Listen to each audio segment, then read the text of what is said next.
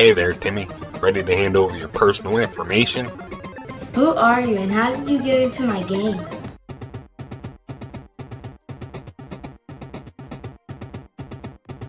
Hold it right there. Sergeant B. Safe is here to put an end to your mischief. That's right. We won't let you get away with this, Chance Wilder. Oh, look who's here. I want to be hero and his sidekick. You can't stop me. Come here, Timmy. Let's have a chat.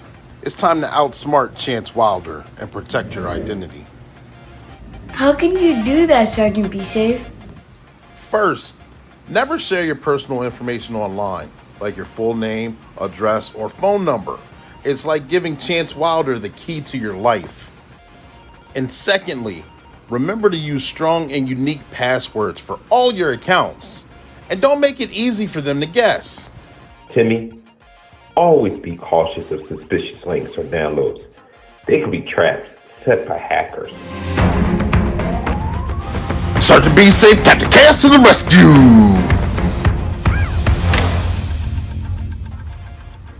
Now let's show Chance Wilder what we're made of. Captain Chaos, initiate firewall defense. Together we fight crime and keep everyone safe. No fair. You can't stop me. Oh, but we can, and definitely will. Together we can protect ourselves and stay safe online. Yes, we did it! Timmy, we did it! We showed Chance Wilder that we won't let him win. Good work. Did you, Sergeant Be Safe and Officer Bite, now feel more confident staying safe online? I'm proud of you, Timmy. Remember, open communication is key. If you ever come across something suspicious or feel uncomfortable online, talk to me or another trusted adult. Absolutely, Mr. Johnson. It's important to have a support system and work together to keep our online experiences secure. I learned so much today, Dad, and I'm going to be more cautious and more responsible online. That's my boy. Together, we'll navigate the digital world safely and have fun while doing it. Well, Captain Chaos and Kraken are going to go arrest Chance Wilder, and I bid you and Timmy a good night. Come out with your hands up.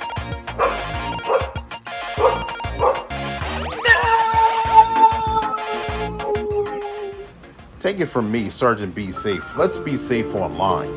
And that's your tip of the day to get you on your way.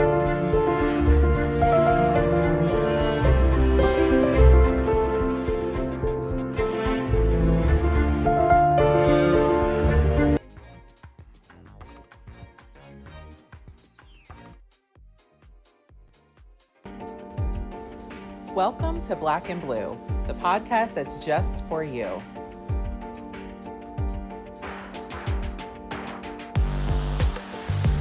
We bring solutions to everyday problems.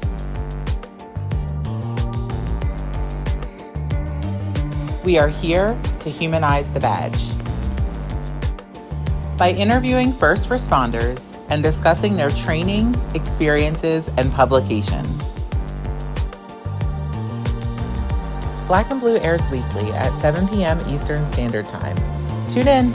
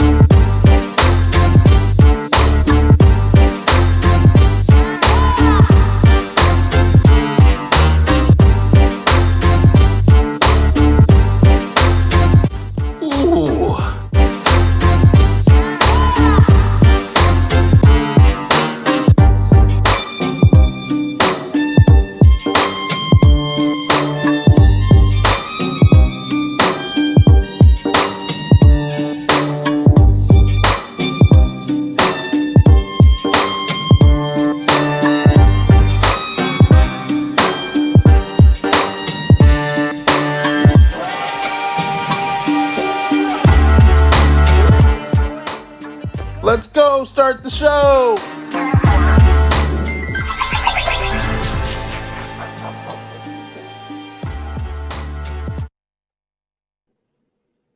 Ladies and gentlemen, boys and girls, welcome back to another episode of Black and Blue. I am your host, Clee Tillman, Coach Clee.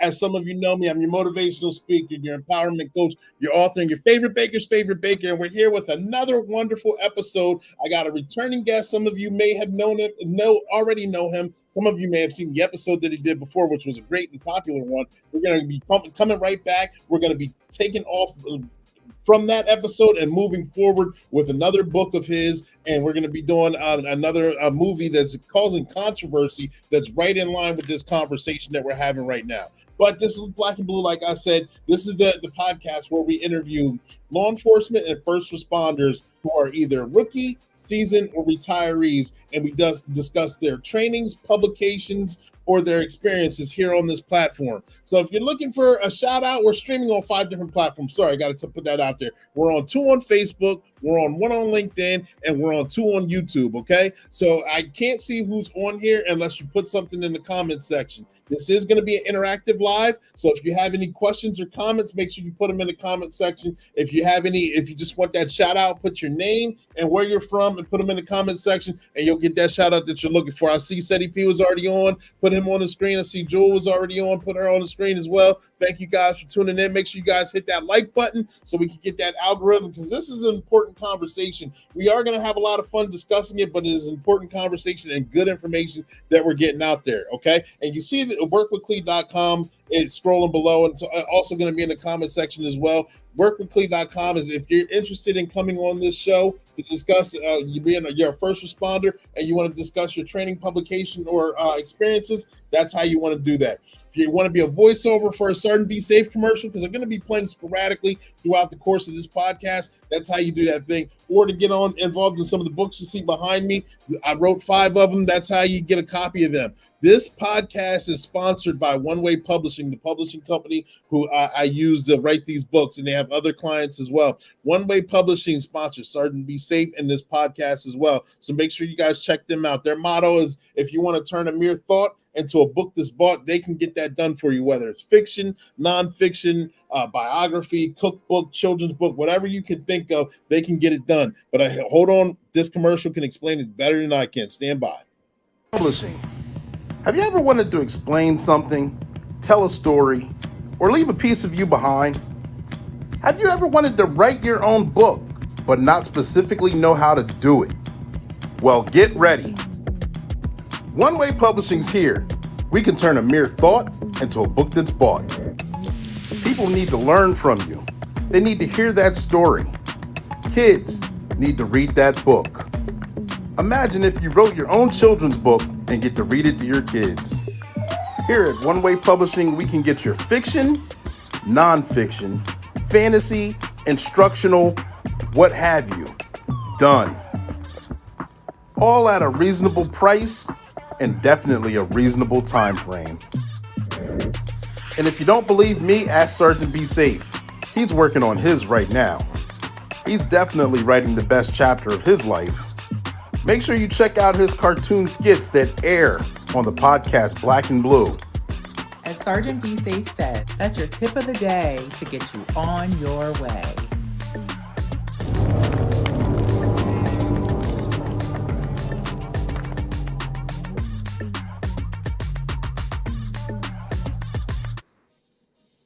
And there it is, the One Way Publishing commercial with Sergeant Be Safe.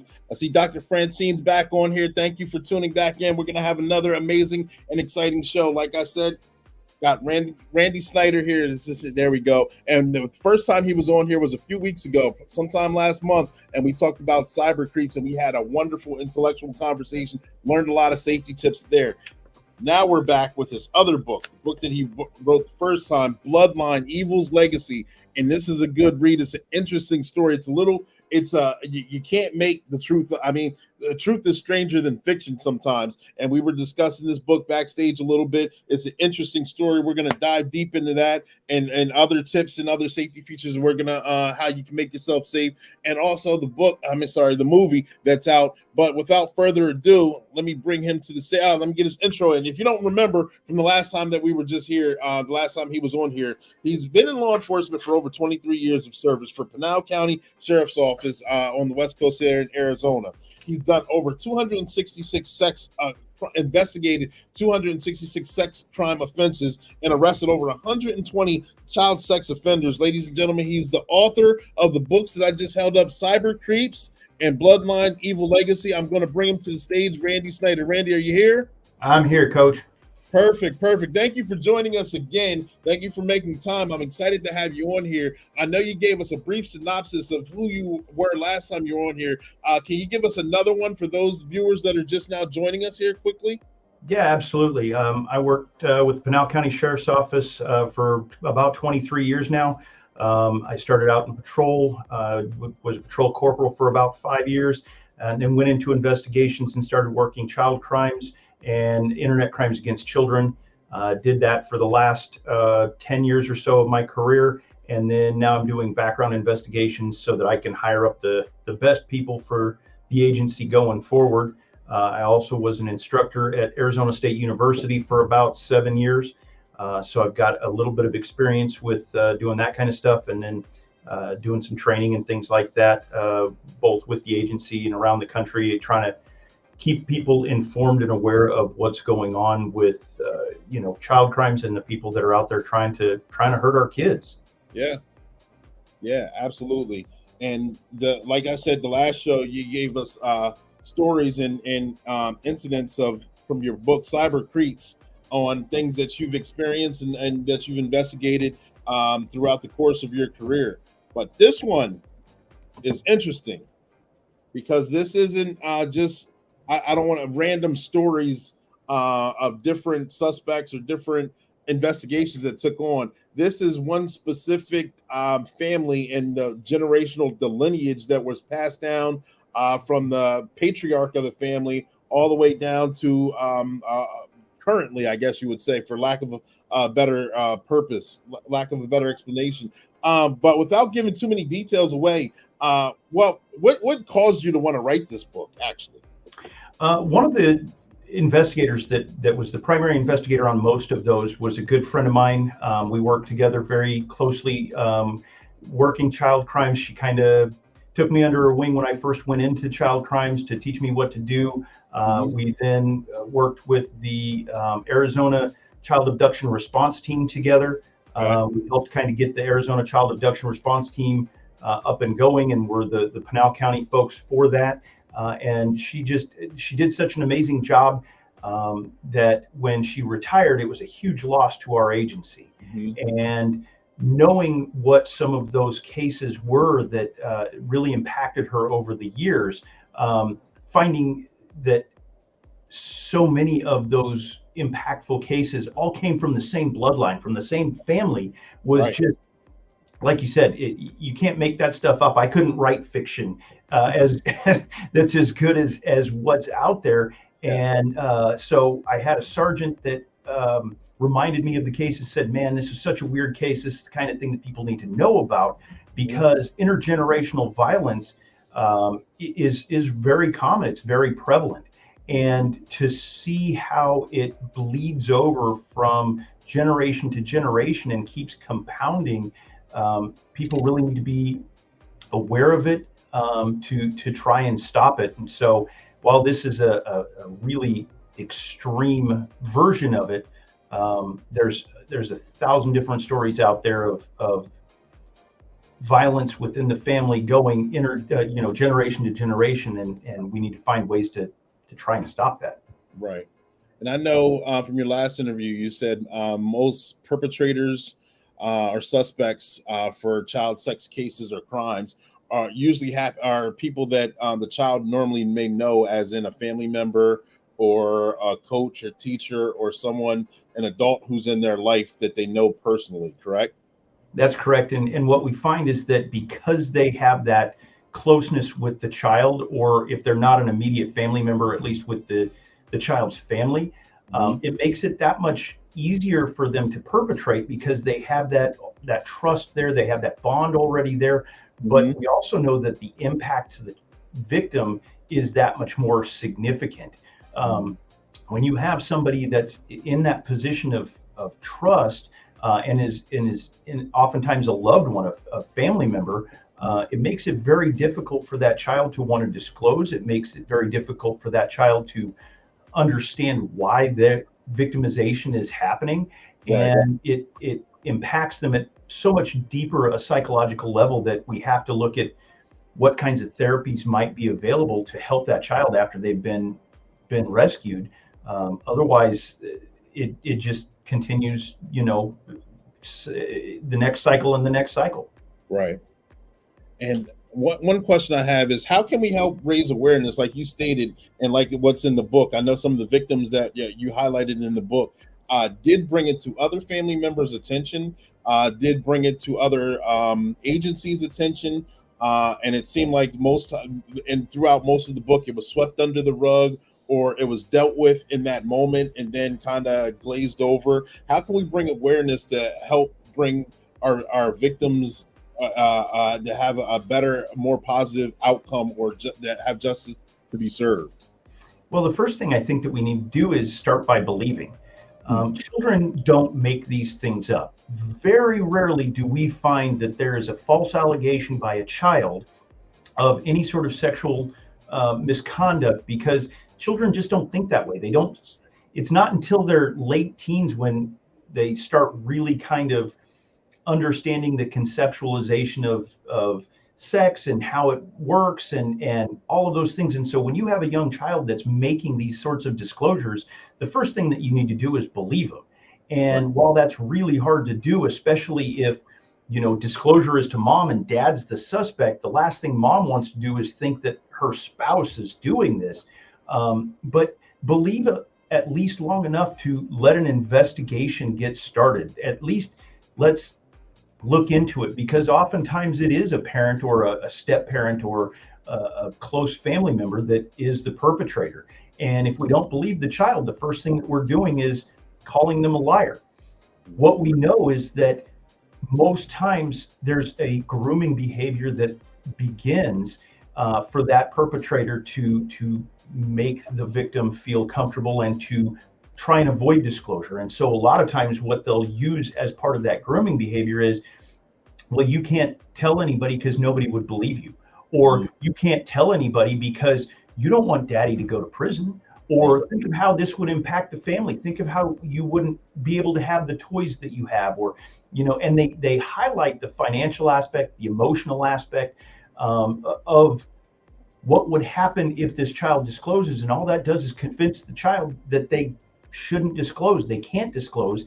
And when they bring in that factor of, and nobody's going to believe you because I'm your dad, I'm an adult, or I'm a well-known person within the community, whatever the case, and that kid discloses and it does get blown off, they've just proven the perpetrator right.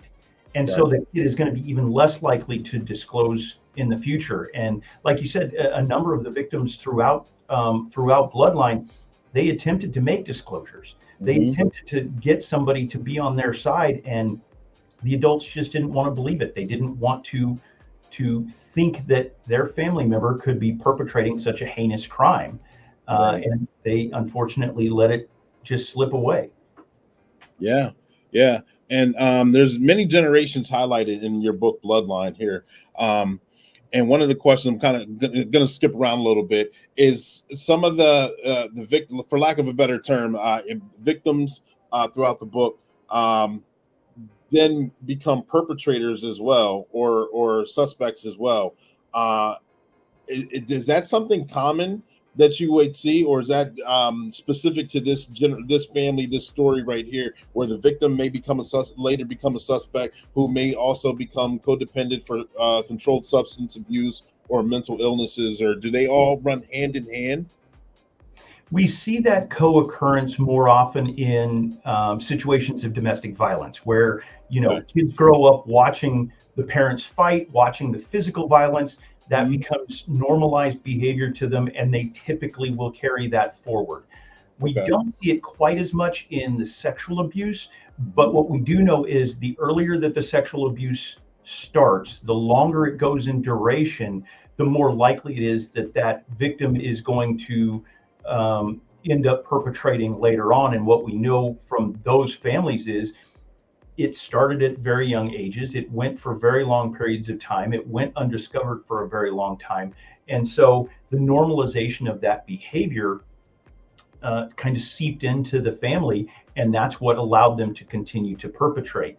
Not all of the family members were criminal, but enough of them were that you can see that intergenerational span, and bringing to the point the mental health aspect and the substance abuse. We find that it's very common with victims who don't get any kind of resolution, they don't get any kind of treatment, that they will often have mental health issues.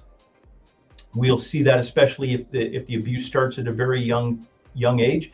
We also see them moving toward chemical dependencies to try and cope with that mental health issue. And so to find out that the victim later on ends up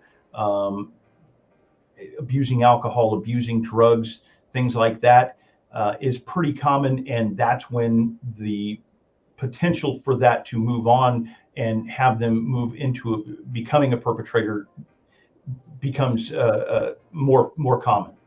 Gotcha. And like highlighted throughout your book as well, or to this family, is there any way that you can foresee, thinking back or looking back during this investigation, that the cycle could have been broken or the chain could have been broken before it was passed down from the patriarch to the son to the another son, all the way down for the generations? Do you think this, like, other than a couple of the whistleblowers who weren't believed until later in the story, would you find is there any tips that you can give that would acknowledge the cycle being broken? Well, we know that as it falls between the patriarch and his son, that there was very little opportunity for disclosure, given the circumstances of the time frame we're talking. The 60s and 70s. A lot of the laws from that time are vastly different than what we have now. Domestic violence wasn't even considered a thing. I mean, that was within the family. Child abuse was looked at as parental issue. It was mostly discipline. So I don't know how much opportunity there was to be able to break the cycle at that phase, although the rumor is, because it's so far back, I wasn't able to find any record, but the rumor is that the son was getting ready to disclose the abuse that his father had perpetrated, and that's when the father killed himself and his wife. And so there's a possibility it could have ended there.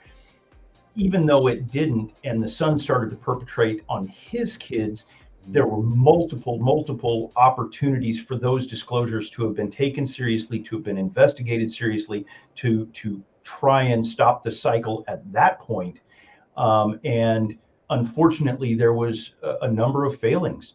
The legal system in California failed when he was originally charged with molesting his wife's sister. Then it failed again when they were in Arizona. Then it failed again in Texas. There were numerous failures between the judicial system, the child welfare system, things like that. And it just kind of let it keep moving generation to generation. We hope that the most current generation is not likely to continue that streak, that there's not going to be additional offending behaviors there. At this point, there's no indication that there is, but only time will tell. And we can hope that there was enough intervention with that young man to be able to stop the cycle. But Right. it's too early to tell. Right, understandable. And like you were saying, this happened over generations, and this happened multi-jurisdictionally, involving other states as well. If this family, or if there's a family similar to this, what kind of tips would you give them? I know some of the women involved here were kind of skeptical on believing the children, due to the fact that the patriarch or the suspect was also the breadwinner. So therefore, the way of life is going to change. The income is going to change. Where we're living is going to change. What kind of advice would you give them that are scared to actually either believe the children or take the next step to kind of bring safety into the household? Well, and that's a tough one, because we see it in the domestic violence realm also, where women will stay with their abusers well past what would seem logical, because of a number of factors. Some of them financial, some of them have to do with codependencies and things like that. So, trying to break those cycles is going to be difficult, and it takes a lot of work from a lot of different sources. You have to be able to help those individuals once they escape, with things like housing and finances. It may even require occupational education, stuff like that. A lot of the domestic abuse shelters are limited in their space. They're limited in their beds, and so for the woman to escape with her kids is that much harder, because it's that much more difficult to find beds space with the kids. And so a lot of them stay because they can't leave the kids, but they don't have any way to escape with the kids. Right. And so we really need to look at revamping some of the child welfare system that unfortunately tends to take the brunt of the attack when these kinds of things happen. The other thing that we can look at is, oftentimes, and we saw it in this particular case where there were disclosures, and instead of contacting law enforcement, instead of contacting a professional to say, hey, let's investigate this, let's look into this, let's make these kids safe, they said, let me ask so-and-so if they're doing it. Yeah. Here's a person who has a vested interest in wanting to lie. We already know is a good manipulator and a smooth person in being able to groom that child in the first place to be able to perpetrate, but now they have even more reason to lie. So of course they're going to tell the person, oh, they're crazy, the kid lies all the time. And oftentimes that's part of the grooming as well, is they will find little ways to discredit the child in other aspects, so that when the child discloses, everybody already thinks the kid's a liar anyway. Everybody already thinks the kid has a wonderful sense of making things up or imagination. And so when you combine those two elements of not wanting to believe them because you don't want to think that of your kid or of the perpetrator, and then add to it their natural ability to schmooze people, it creates a perfect storm for them to continue the abuse. And so what we need to start doing is making sure that we're having those conversations with kids at a very young age, that it's not the stranger danger talk that we got growing up in the 70s and 80s, right? Because it's not the strangers that are typically perpetrating it. What we need to have is the talk of trusted adults don't ask kids to keep secrets. Outside of, hey, I bought your mom a birthday present, don't tell her that I got her some flowers.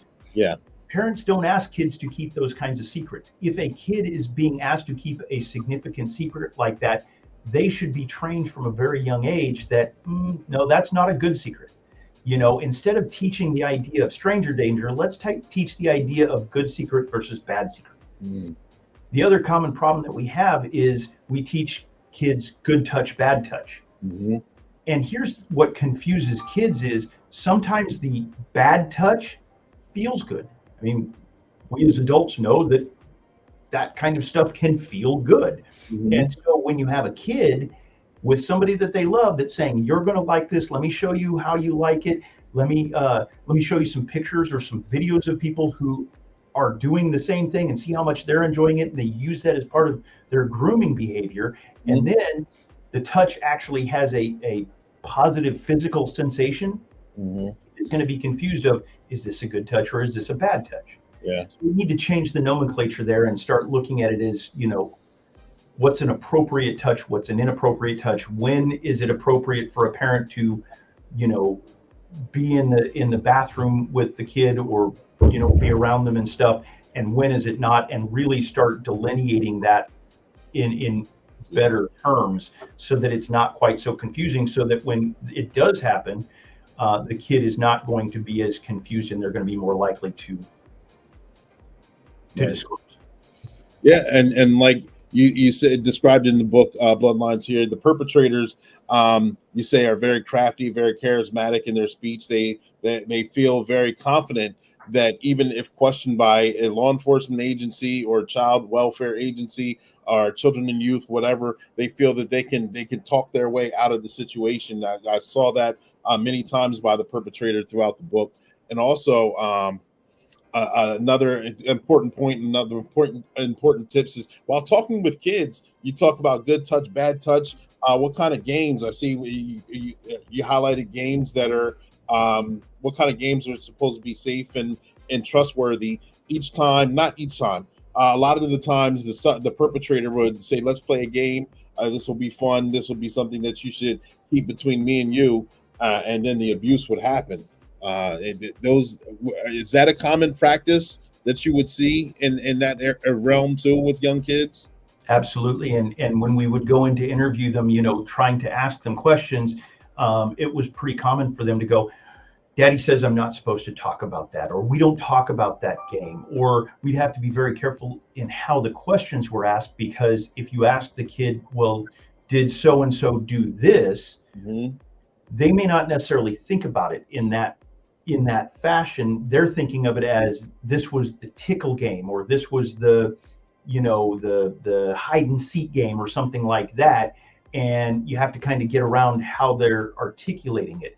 Right. One of the other things that when I was doing these investigations, we tried to educate parents on, because we saw it very often in the forensic interviews that we do, is children need to be taught the correct anatomical names for things. And obviously it has to be done at an age appropriate time frame, but we would have kids come in and start making disclosures, but they're talking about, so-and-so touched my cookie. Okay, well, now we have to go through an entire line of questioning on what's a cookie? What's a cookie used for? Are we talking about an Oreo, or are we talking about something else?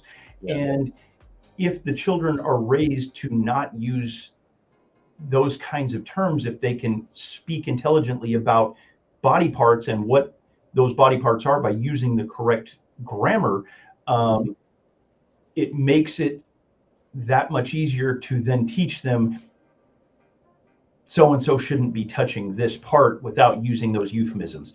And right. And so, as when raising kids, I mean, I get it. I've got 3 kids of my own. Having that birds and bees conversation it's uncomfortable no matter what. Yeah. But the earlier you can have age appropriate conversations with kids to teach them what's appropriate, what's not, what should be, or shouldn't be happening behind closed doors, and who it's appropriate or not appropriate around, the more likely they are to disclose if something inappropriate happens, even by a trusted adult, and that's going to slow down that perpetration. Gotcha. Yep. Thanks for sharing good information. Ladies and gentlemen, we're going to pause for the cause quickly, have a Sergeant Be Safe commercial, and we're going to jump right back to this interview. Stand by.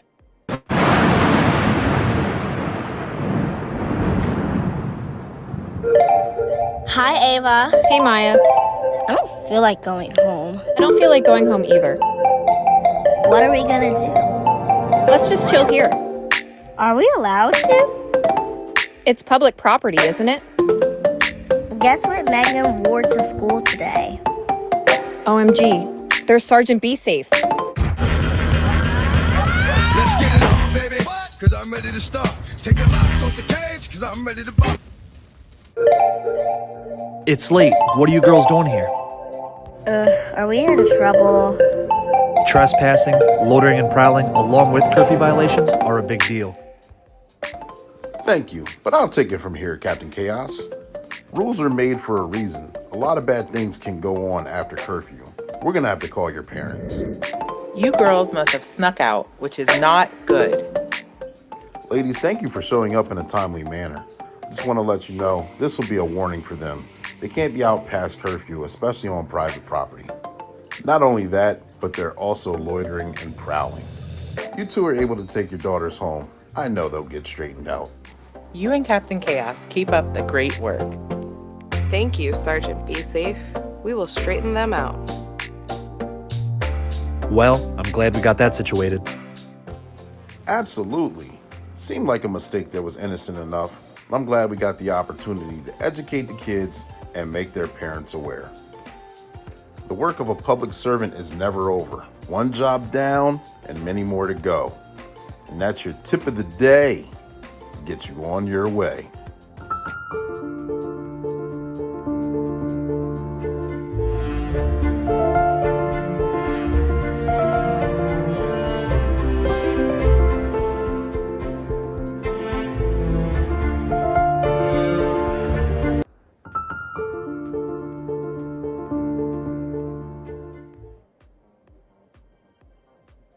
And we are back, ladies and gentlemen, boys and girls. Let me get this off. There we go. We are back in the interview with Randy Snyder here. Wrote 2 books, Cyber Creeps and Bloodline, Evil's Legacy. Sorry, tongue twister. And jumping back into the interview, this may be more of a Cyber Creeps kind of question, but how can social media awareness for younger kids be important, especially gamers, to know that they're being groomed or stalked or perpetrated upon?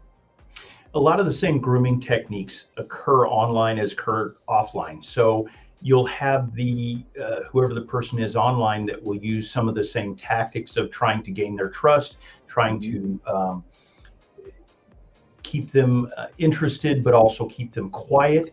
Right. The same kinds of techniques will be used to, impart those secrets or remove the desire for them to tell people about it. And then they'll use the same grooming techniques when it comes to introducing the idea of sexual activities. Right. A lot of social media, they'll send them pictures or show them videos, send them links to Pornhub, stuff like that. When I was working undercover as a minor, oftentimes I would have perpetrators that would send me a link to Pornhub or RedTube or one of those and say, now check this out. I want to see if that looks like something you'd want to do. Wow. I found the same thing when I was rescuing victims from households, that the perpetrator would be showing them pornography online or on their phone or something like that to normalize the behavior, to get them to feel like this is something that is okay. And so the same tactics are used in both directions. The biggest problem is when it comes to the internet, of course, they're much more likely to be strangers. And unfortunately, oftentimes they're not in the same jurisdiction. Right. And so even if a disclosure is made, it's that much more difficult to identify and locate the suspect and stop the behaviors. Whereas in person, it's oftentimes, like I said, at something like an 80% prevalence rate. It's somebody known to the family or somebody in the family. And so that one's a little bit easier to catch the bad guy. Gotcha. Thank you for sharing as well. Speaking of catching the or assisting the victim. Well, before we jump into that, where can it, scrolling below, but where exactly can, if anyone's watching for the first time, obtain copies of your books here? The books are available on my website, and it's scrolling down at the bottom, snyder1193.weebly.com. And that's where, if you want, you can order a copy, and I'll be happy to autograph it for you and send it out to you. There's also available on Amazon. And so if you go onto Amazon and look up either Bloodline or Cyber Creeps, both of them are available. You can go in and look for the author page, find my author page and follow it. And you'll get to see not only those two books, but some of my other books and anything that I have upcoming. And so you can get them in either of those places. I'm working on trying to get them out into some of the stores and things like that, but dealing with corporate CEOs and stuff is a bit time consuming. So, and if anybody on here is a law enforcement and they're in child crimes, I will be at the Dallas Crimes Against Children's Conference next week, starting August 7th, and I will have the books available there too. So if you're there, come by, say hi. I'll autograph a book for you, and there's some goodies that I'm bringing that are going to be exclusive to the conference if you're there. So. Absolutely. So if you're in the area, the Dallas area, and you're going to the convention, make sure you guys check him out and show some love and support. It's a lot of effort, time and effort that he put into his books. The stories are tremendously wonderful to engage in, especially for us normies.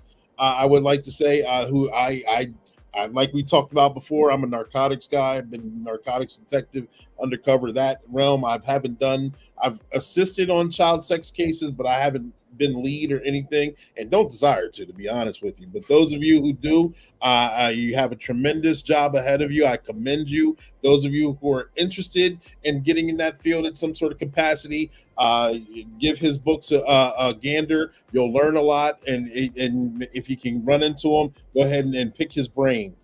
There we go. And if you want, there's a way to contact me through my website that if you want additional information, you're looking to get into the field, I can give you some ideas of good trainings to go to, some of the things that you can do. And if you're not in law enforcement, but you want to learn more about it, I am happy to put on presentations, either virtually through, through something like this, or I'm happy to travel and come out and put on presentations for law enforcement. I have a number of different trainings that are available on doing the investigations. I have some for parents and teachers and students on how to be safe online. And then I know Dr. Fran is here. Nurses United Against Human Trafficking is an outstanding organization that is doing some training in the medical field so that they can train up nurses and doctors to be able to identify these victims when they're coming into hospitals and clinics and things like that. There is also a law enforcement component there, a basic human trafficking 101 kind of course that you can obtain through Nurses United if you're in law enforcement, if you want to learn more about human trafficking, internet crimes against children, how those two co-occur, and get better educated so that you can protect your family and your friends and all the other kids out there that need protection. Absolutely. Yeah.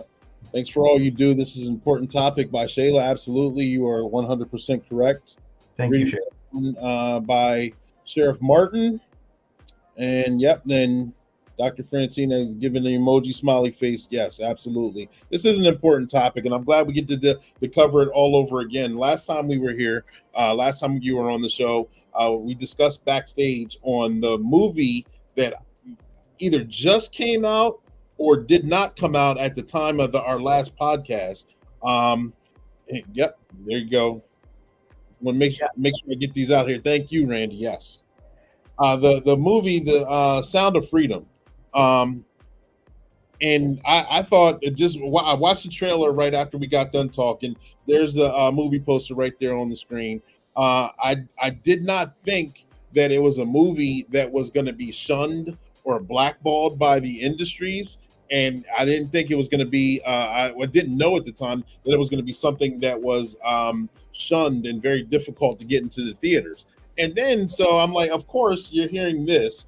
Of course, you're wanting to protect children. You recommend it. I'm like, well, I definitely got to go see this movie. So I go see this movie, and it's an eye opener in itself. I mean, it hits you in your core. It's a tragic story.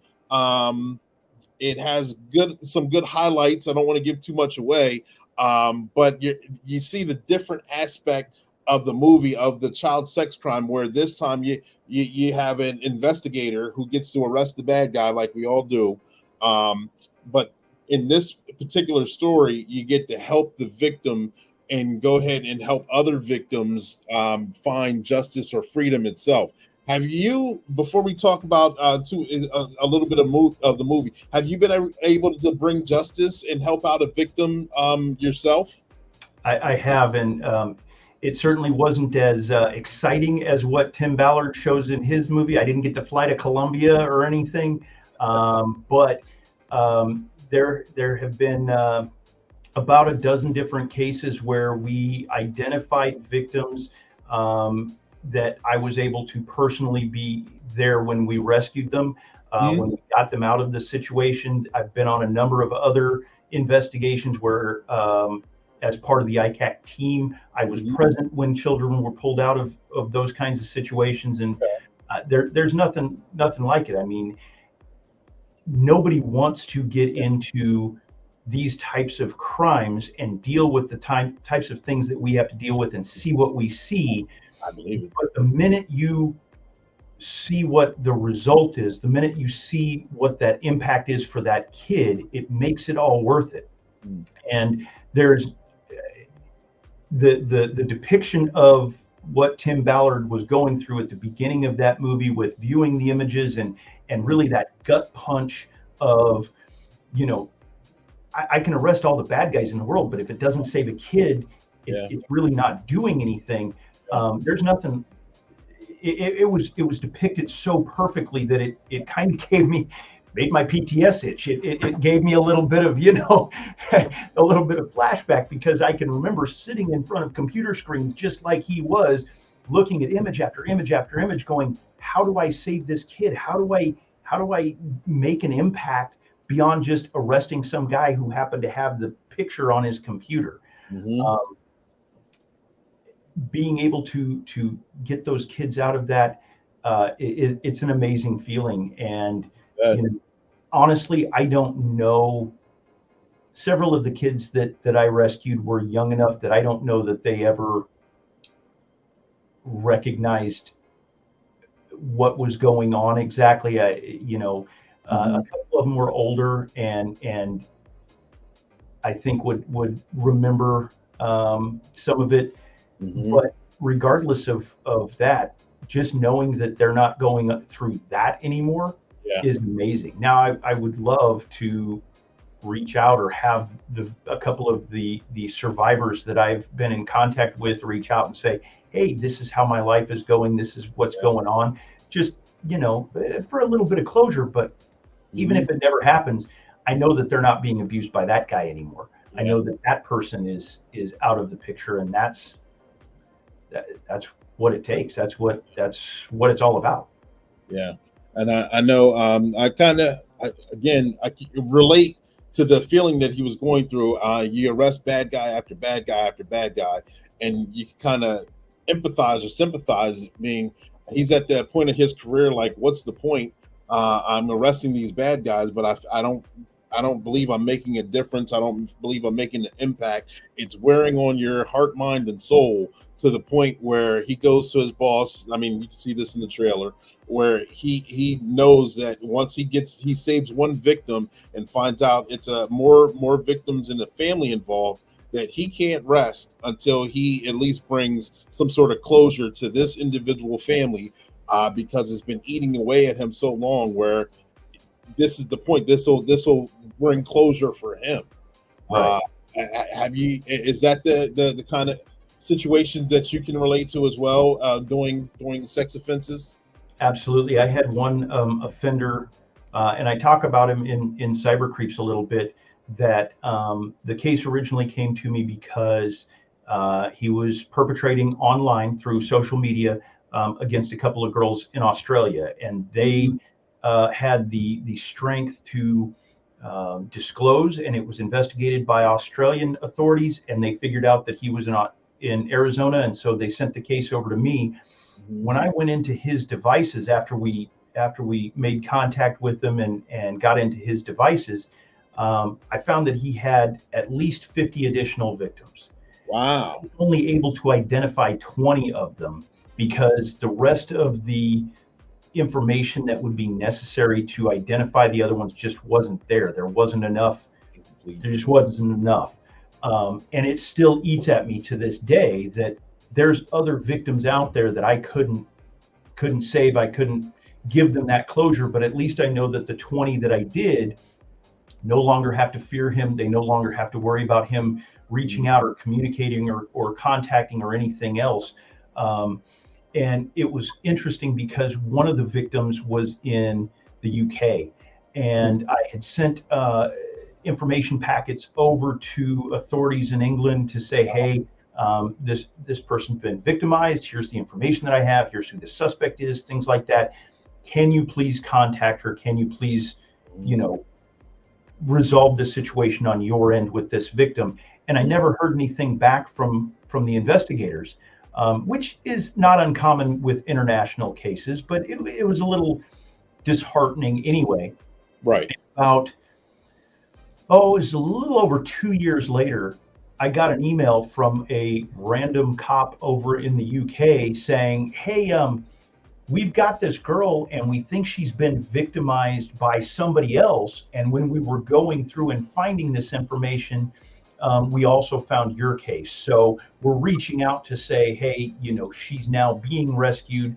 And we're going to tie it in with your case too. And it's a little late, but they eventually got to it. And that was great. I know a couple other victims that were perpetrated on by multiple individuals, and being able to get them out of those situations and get those bad guys away was definitely great. But knowing that she's doing better and she's able to get the treatment that she needs and heal from it is great. Hopefully she can go on and have a wonderful life.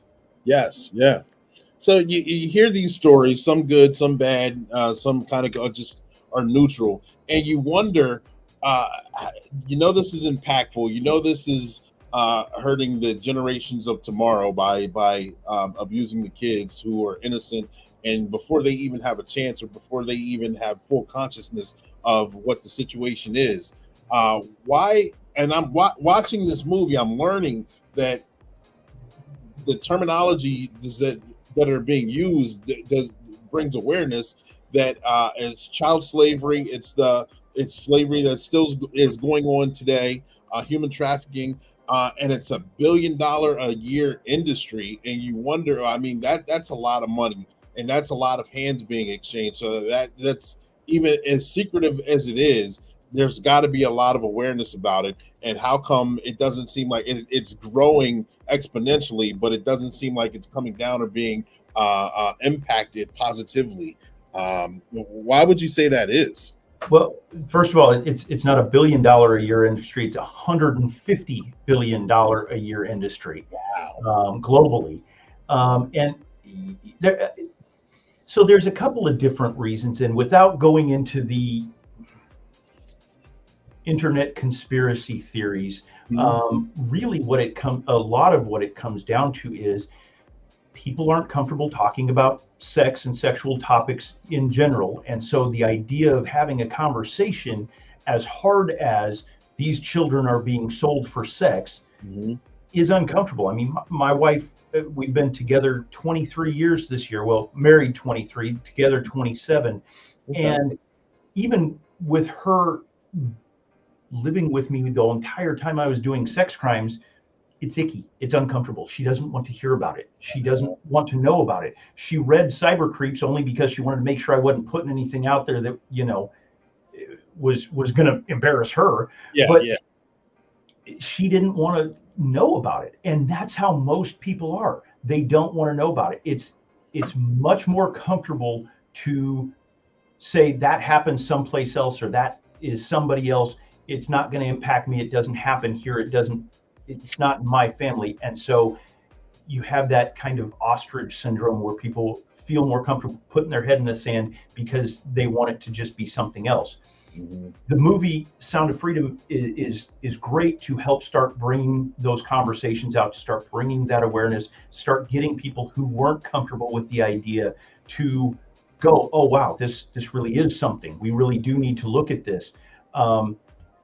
It's just really sad that this couldn't have happened at the same time that in 2018 Backpage was being taken down, because it was an American company that was being used specifically to traffic children and traffic young women in the sex industry around the United States.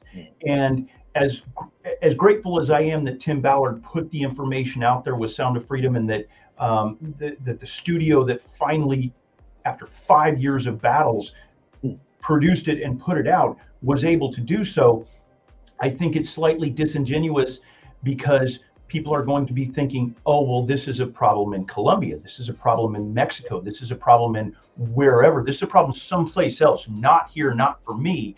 And what they don't understand is that tens of thousands of kids go missing every month that are being trafficked, and they're being trafficked around American cities. They're being trafficked in Las Vegas, they're being trafficked in Phoenix, they're being trafficked in Philadelphia, in Miami, you name it. Big cities, little towns, doesn't matter. Kids are being trafficked in the US. They're being contacted online. 40 odd percent of them never meet their trafficker, because it's all conducted entirely online. And the ones that do meet their traffickers oftentimes are not caught in some snatch and grab kidnapping. They're lured out of their house by somebody that they know and trust, or think they know and trust. Right. And then they're being put out there and they're being trafficked. And it's happening to American kids all over the country. Last week, there were over 1 million cyber tips submitted to the National Center for Missing and Exploited Children on children being sexually exploited, abused, and trafficked online. And that's in a 7-day period. Yeah. And we know that that's happening in every city across the United States. And so while I think it's great that Sound of Freedom is out there and it's starting to get some press and people are starting to be aware and it's getting out there, I can't wait for Sound of Freedom 2 when they do something with what's happening domestically and how it's happening online, and how American kids are being trafficked by American traffickers, sometimes by their own family members, so that people finally wake up and realize this is not a problem someplace else. This is not a problem that I can ignore or push away or think that happens over there. It's happening here. It's happening in our schools. It's happening in our towns. And until people get smacked in the face with that, it's not going to get what it needs from Congress. It's not going to get what it needs from law enforcement or any of the NGOs that are out there killing it, trying to rescue these kids. Yeah, exactly. Like you said, it's gonna unfortunately have to be a smack in the face, like the movie Hit the Industry, get the gatekeepers out the way and move forward to get things done. Watching the movie, I learned something else again, just from one of the guys one of the co-stars in the movie, portraying someone who was in the cartels, and being a drug guy, understanding that they kind of went through the conversation on how you were in the cartels and now you're helping to free kids. How did that happen? Like, where's the correlation? And without getting too much into it, he explained how the cartels make money on producing a drug. You use that drug and you have to continue producing that drug so you can continue financing it. Then they explained on what human trafficking. If you get the child young enough, they can be trafficked over and over and over again for many, many years. And you basically, for lack of a better term, continue to make money on that same situation or product, as opposed to having to recreate the wheel. And that was something that resonated with me, because I never thought about it that way until it was brought to light in those terms. We know from talking to survivors that oftentimes the goals that are set by their pimps, the people that are trafficking them, are such that these people are being sold upwards of 10 and 12 times a day. Wow. And so I'll just call it what it is. These women are being forced to engage in sexual acts with strangers 10 to 12 times a day, every single day. And they don't get to make excuses. They don't get to call out sick. They don't get to, any of that sort of thing. And I don't know anybody that wants to go through that all the time. I was teaching a class to a group of 8th graders. This was about a year or so ago. And I made the comment about individuals online that were seeking children to engage in sexual acts and to exploit them and to traffic them, and that oftentimes these people were being trafficked 5, 6, 7, 10 times a day. And I had a couple of the teenage boys in the class kind of go, all right, I'd love to do that. And I said, guys, you're not immune. Boys are being trafficked too. Boys are being trafficked at almost the rate that girls are, not quite, but close to. It's growing. But understand that the people that boys are being trafficked to are not supermodels. We're not talking about something that you would want to happen. Yeah. They're being trafficked to men, and they're being trafficked to men just as much as the girls are. And all of the boys kind of went, oh. Yeah. And that's when it kind of sunk in that, this isn't anything that anybody would voluntarily do. And so the idea that all of these sex workers, New York has started passing laws, and they're trying to create legislation to provide sex workers with free healthcare, and they're moving toward the point of legalization of sex work, or at least decriminalization of it. Oh. And the fallacy with the thinking on that is that these people don't want to live that life. And I think a lot of these politicians think that these girls that are, walking the track in their street, or are escorting, or are prostituting, or whatever, that this is a voluntary choice on their part.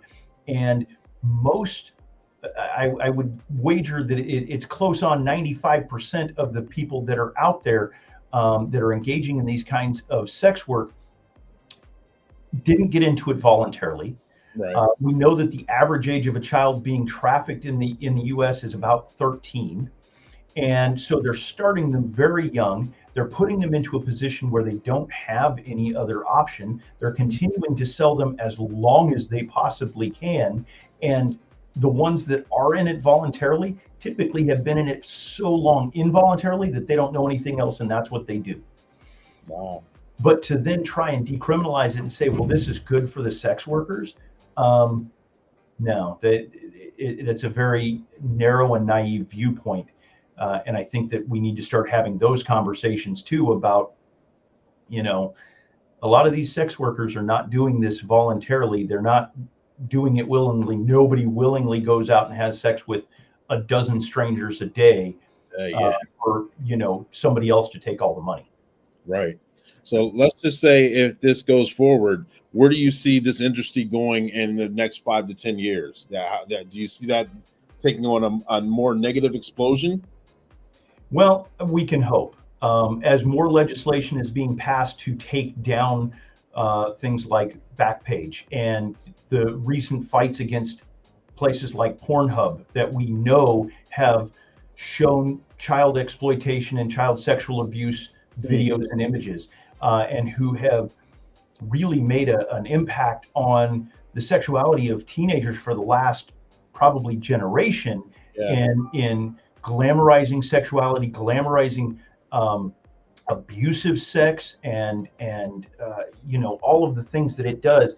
I would hope that the pendulum is starting to swing back to being more responsible, taking down some of those sites, removing some of the glamour of the pretty woman prostitutes, and show it for what it really is. It's somebody who's being abused over and over and over. They're being raped over and over and over every day, and we need to quit trying to glorify it. And hopefully that's where it starts moving. And I think taking down some of the Pornhubs and stuff like that is a good move in the right direction.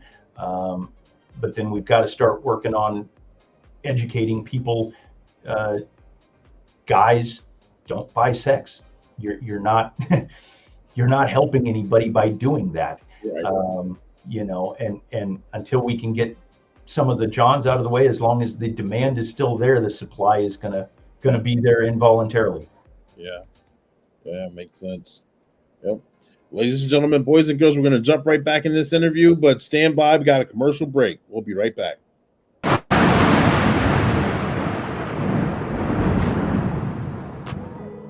This is a good drink. I like this place. I like it too. Mario, let me get another one. Well, jeez Louise, you guys each had enough. Hey guys, don't you guys look nice? Now your fools want to show off. She's talking to me. No, dummy. She's talking to me. You want to see me outside? I see you now.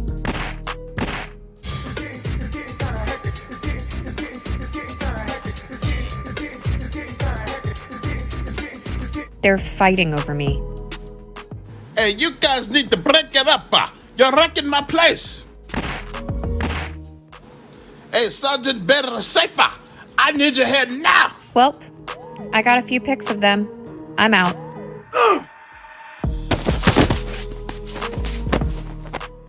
You foes knocked each other out. Megan, don't you live? Like Popeye when it's time. Looks like we're right on time again. I don't understand why you guys are fighting. I just saw Megan leaving. Was it for that? It's because she liked my profile picture. We're connected. Insta-talk. Sounds like she played both of you. Isn't that right, Kraken? Sergeant to be safe. Captain Chaos, you guys saved the day again. You guys are the true heroes. Thank you, Mario. We appreciate it. Once again, these two are going back to jail. Part of their punishment is they're going to have to pay for all of these damages. And that's your tip of the day to get you on your way.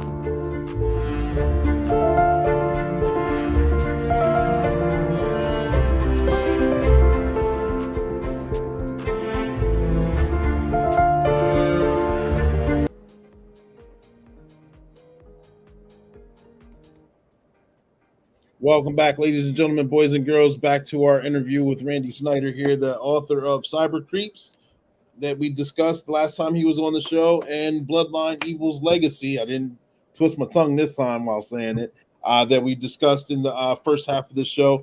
We're continuing on the investigation, the interview with him right here. I got a question. I know last time we talked, you said that internet crimes and sex crimes kind of grew during the COVID pandemic because more people were online, more people were at home. And I know that's been a current trend based on the conversation we've been having now. Are there any organizations that parents can reach out to for help or assistance if they believe any kind of trafficking or grooming for perpetrators are going on? Obviously, law enforcement for sure. But are there any other agencies or organizations that you could recommend for parents? Yeah, absolutely. So the National Center for Missing and Exploited Children is kind of the clearinghouse for most of this. So reaching out to NCMEC, they can file a cyber tip if they have information that law enforcement can follow up with to try and look at a perpetrator. If they don't and they just need additional resources, National Center's there. There's video trainings. There's all kinds of different things that are there. There are some grassroots organizations in various locations to be able to reach out. And there's always the National Trafficking Hotline. I've heard that there may be other avenues better than the National Trafficking Hotline, but that's the one that I'm most familiar with.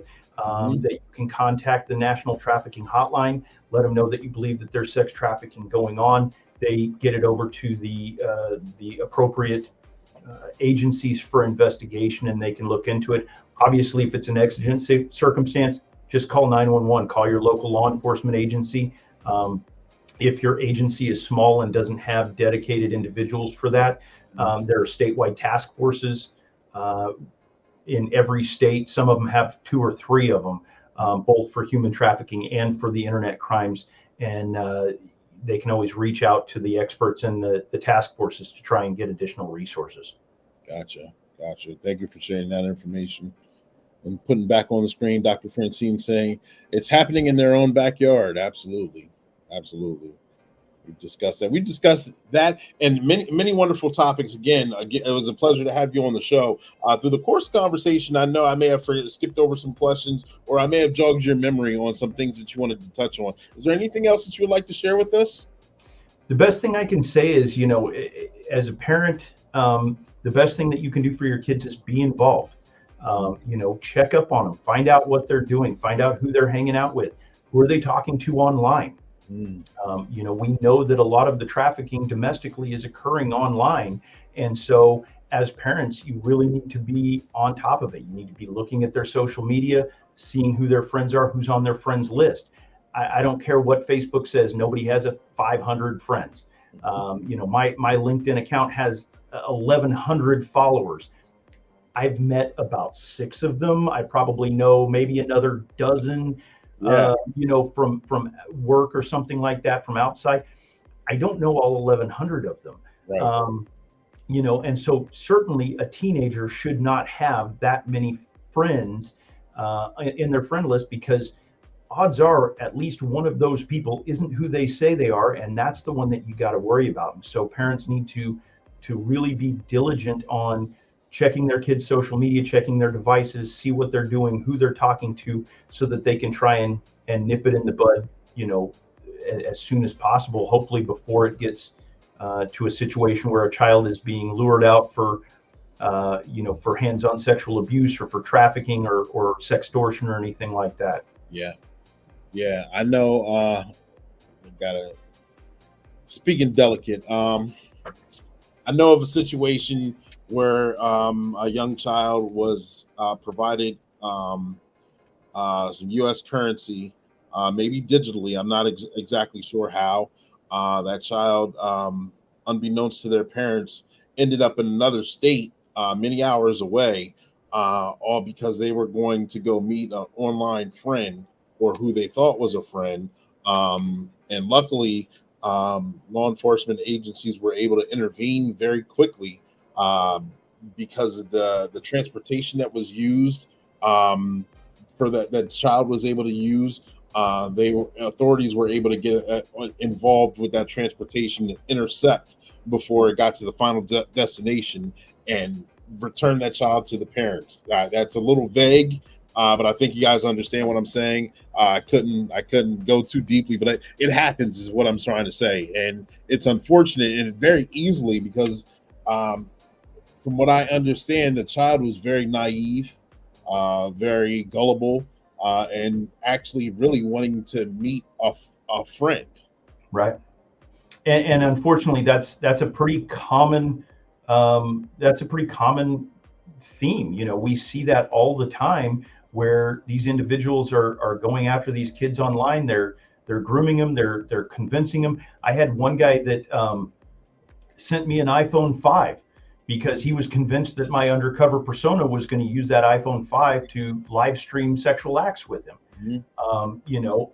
I know of other individuals who have received bus tickets, plane tickets, money, you name it, to travel and go engage. And we see these all the time. Look, all you have to do is Google it, and you'll see a dozen stories on the first page of children being, removed from across state lines to go and contact somebody because they thought they were a friend online. Fortunately, many of those end up being discovered by law enforcement, and we can recover those kids. Mm-hmm. A lot of times, though, they're not. Yeah. And without giving away too much on Bloodline, we are pretty sure that perpetrator the third had picked up a child at some point in some state, and may have killed them and disposed of them. We just don't have enough information to go on to definitively identify. And of course, we probably never will at this point. Right. for anybody that wants to know more about it, I suggest you go on to YouTube and look up the video about Alicia. She's changed her name to Kovic, but it used to be Koshakovich. Alicia was a 13-year-old girl in the early 2000s. She met some guy online. It was her best friend. And on New Year's Day, he abducted her and took her to his house and held her against her will and raped her for 4 days, and was ready to dispose of her when the FBI found her and kicked in the door. Wow. So it's been happening for decades. It's only getting worse with more social media and things like that. And that's why I say, watch what your kids are doing online. Find out who their friends are, because you never know when one of them is not who they say they are. Yeah. Yes. Good point, and good topic. Thank you, Randy, for coming in here and sharing with us again your experiences, your expertise, and I'm glad that you're putting this information out here. Bloodline, Evil Legacy, and of course we discussed again Cyber Creeps. Make sure you guys get your copies. It's scrolling below. He explained you can get an autographed copy. He also explained where he's going to be in the upcoming future. So anyone who's law enforcement looking to get into this realm, make sure that you guys reach out to order these books, or he even said there's a way to his website where you can discuss with him, and he can suggest the proper trainings or good trainings to go through to help you better on in your career. So hopefully that will happen. Randy, I appreciate you coming on the show. I know this isn't an easy topic to discuss. This isn't an easy topic to hear. Sound of Freedom wasn't an easy movie to watch. But to leave on a good note, there is the outcomes were very favorable in the movie. So I don't want to leave too many of our viewers distressed. and there's lots of favorable outcomes in all of these situations, and we can only get more favorable outcomes the more people who know about it and advocate for it and are making our jobs easier by keeping their kids from becoming a target. So look for more positive outcomes that way. Yep, absolutely. And what's in the future for you? How many are you working on another book that we'll be able to share? I am. So my daughter got kind of frustrated. My 12-year-old got frustrated because she couldn't read Cyber Creeps and she couldn't read Bloodline. And so she hit me one day and she was like, "Dad, when are you going to write something that I can read?" And I said, "Well, I don't know. Give me an idea." She goes, "How about a book about zombies in love?" Said, "Okay, we can work on that." So she and I sat down together and we brainstormed it, and she helped me write it. And we have a book called Love and Brains that was published in May. She did all the cover art for it, which I love because I'm visually I'm an idiot. I can't draw a stick figure without it looking like it has spaghetti for a back. But so she did the cover art, and we wrote the book together. And she was the first 6th grader, 12-year-old in her school to be a published author. Nice. And we are in the process of writing book 2 of Love and Brains, because we decided to turn it into a little bit of a series. Nice. And so we're about halfway through the second one of Love and Brains, and then we introduced a new character in the second book that we're talking about doing a little spin-off series. So she wants to be a veterinarian, but who knows? Maybe she ends up being the next John Grisham or something. So or J.K. Rowling even. Yeah. I see that creative writing is coming out. I know before you were talking about how you're a Star Wars fan. So I mean that gets the creative juices flowing on a different realm as well. Yep, absolutely. I'm trying to figure out how I can get George Lucas to listen to me so we can do some really good work here, but it hasn't happened yet. Well, when that day happens, let me know, because I'm definitely going to watch and we're definitely going to cover it. I'll cast you on that one. We'll get you in a stormtrooper outfit or something. All right, that's cool. Yeah, that'll work. Ladies and gentlemen, boys and girls, thank you guys for tuning in. This is Black and Blue. This is where we go live weekly.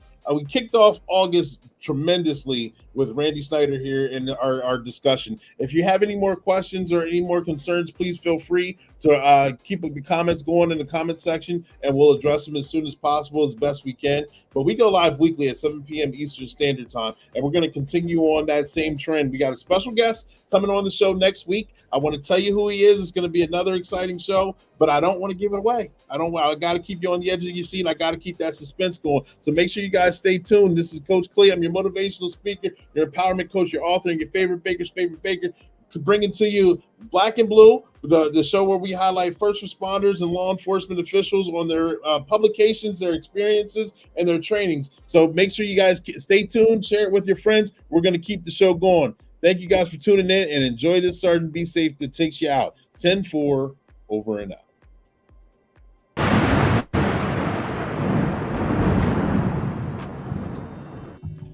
Meanwhile, at the Hall of Justice.